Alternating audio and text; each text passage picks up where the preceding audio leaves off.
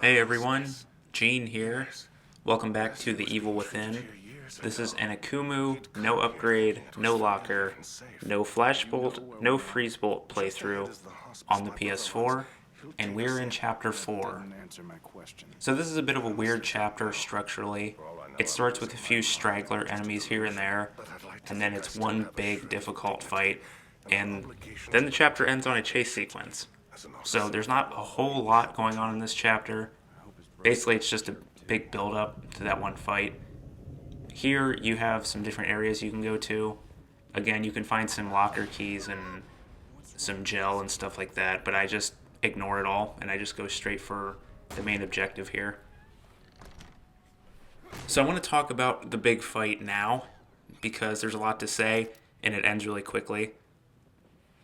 So I had the fight done, and I had a lot of things done in a way that I wanted. I had my strategy planned out, and I executed it pretty well.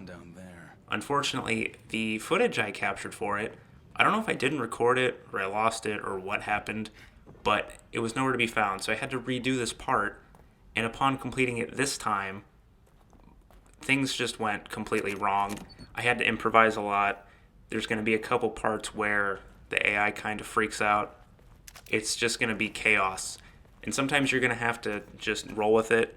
This is a game really big on planning, like setting up traps and stuff like that. So right there, I forgot to shoot the flashbolt, so I did it right there where there are no enemies.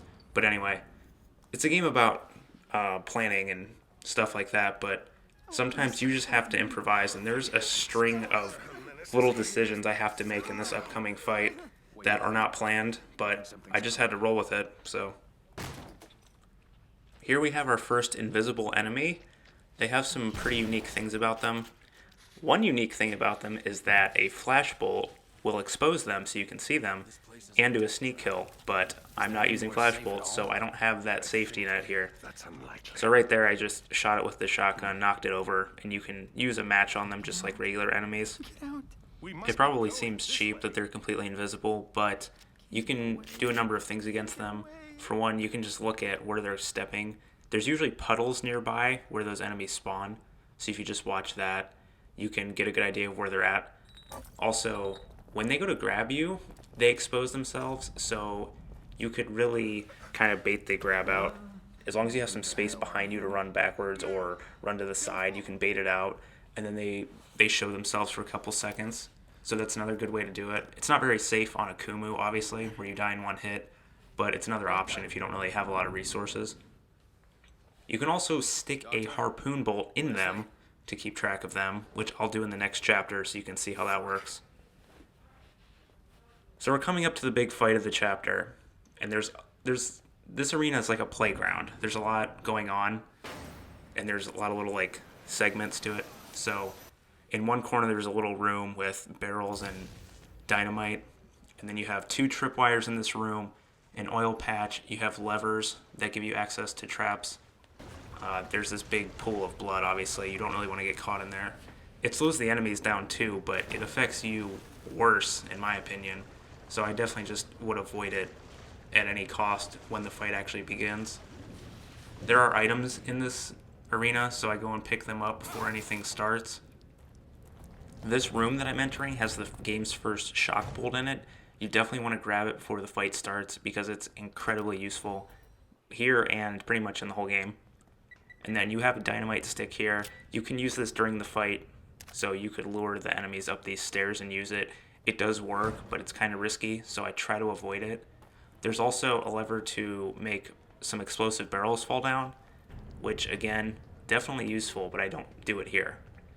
So my plan here is to throw a grenade at this little railing when the enemies spawn, use an explosive bolt, use the handgun to clean up any enemies that doesn't kill, and go from there. But you'll see that isn't what happens.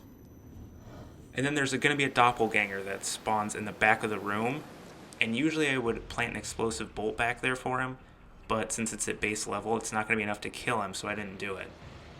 So I stand over a little bit just to lure them over, but not enough to trigger the dynamite. So I throw the grenade, and it gets a few enemies. It doesn't get as many as I want. And then the match throw doesn't hit that other enemy, so because you have to be really careful with the positioning on that.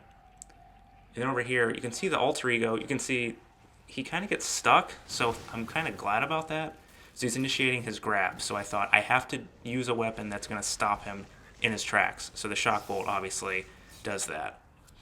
And right there, I didn't get the match off in time because the shock bolt is a 4-second duration and you only sprint for 3 seconds, so I couldn't get there in time. Right there, I was hoping to get some collateral damage with the harpoon, and I did. So that knocked the doppelganger down. I could light him up. Now the oil patch is on fire. But this oil patch, for whatever reason, enemies will avoid it if they get near it. So you see the fatty here, he went around. He went down the ramp and then came up on the railing. And it really threw me off. So here I am, I'm kind of like struggling to get a good shot in because I wasn't expecting him to do that. I was expecting him to come over further. So as you can see, that was a mess. That was just complete. That was awful. But this game is not about being stylish. It's about being efficient. And as chaotic as that looked, I managed to survive. I didn't really use a whole lot of resources either. I still have 5 shotgun shells and almost full handgun ammo. So even walked away with a couple matches. So I can't complain too much about how that turned out. The shock bolt was used in vain, unfortunately, because I didn't get to throw a match on the doppelganger. I suppose I got to stop him, but I would have liked to actually net a kill from it. Also about the doppelganger, if you want to stop it at long range, the harpoon bolt does work. So the harpoon bolt, it crumples enemies. So that's going to knock them down instantly. It's not going to kind of shoot them all over the place like an explosive bolt or a shotgun blast does. It's going to be just send them straight onto the ground, and they're never going to flail around. So you don't have to worry about being attacked on the ground when you shoot an enemy with a harpoon bolt. They're not going to do that ground attack that they do. So it's a safe, if you want to go for a match throw but don't have any more elaborate resources, harpoon bolts work really well. And it does knock down doppelgangers, which the shotgun does not. So keep that in mind. And here we have the game's spooky super boss Laura, who you are expected to run from at this section. So Laura comes up at 3 different points in the game. The second time you have to fight her, and the third time you can fight her, but you're meant to run away. So this is the first one. It's just a quick chase sequence. You can grab a couple items along the way. There's shotgun shells, there's green gel, and there's a trap part you can get. I don't know if getting this second one is viable. I've never actually tried it, but maybe it works, maybe it doesn't. And then past this, there's one more little sprint with her, and then it's over. And that's going to be the whole chapter here in a minute or two. So really short chapter when you just go for the main objective. Like I said, that fight there is very challenging. It's going to be your first real skill check on Akumu. Chapters 4, 5, and 6 are all really difficult. And that fight you saw right there is going to be where you're going to have to make a decision on whether or not you want to keep going on with this difficulty or not, because there's some even harder fights coming up really soon. So here, it's just a little scripted segment where you run down these stairs and then back up. Ruvik shows up, and there's really not much else to say about this chapter. But the next chapter is a lot longer. It's actually more difficult. It's a lot of fun overall. And then after that, we have chapter 6, which is very long and has the hardest part in the entire game. So that is going to be awesome. Can't wait for that. So here it's Ruvik. Whenever he comes up in the game, he comes up again in chapter 9. When you see him, you just have to run away. Unfortunately, there's no fighting him. You just gotta book it when you see him. Well, that wraps up chapter 5. Remember, if you like this video and you want to see more like it, please like and subscribe. And I'm going to cut off the commentary here, and I'll see you guys next time.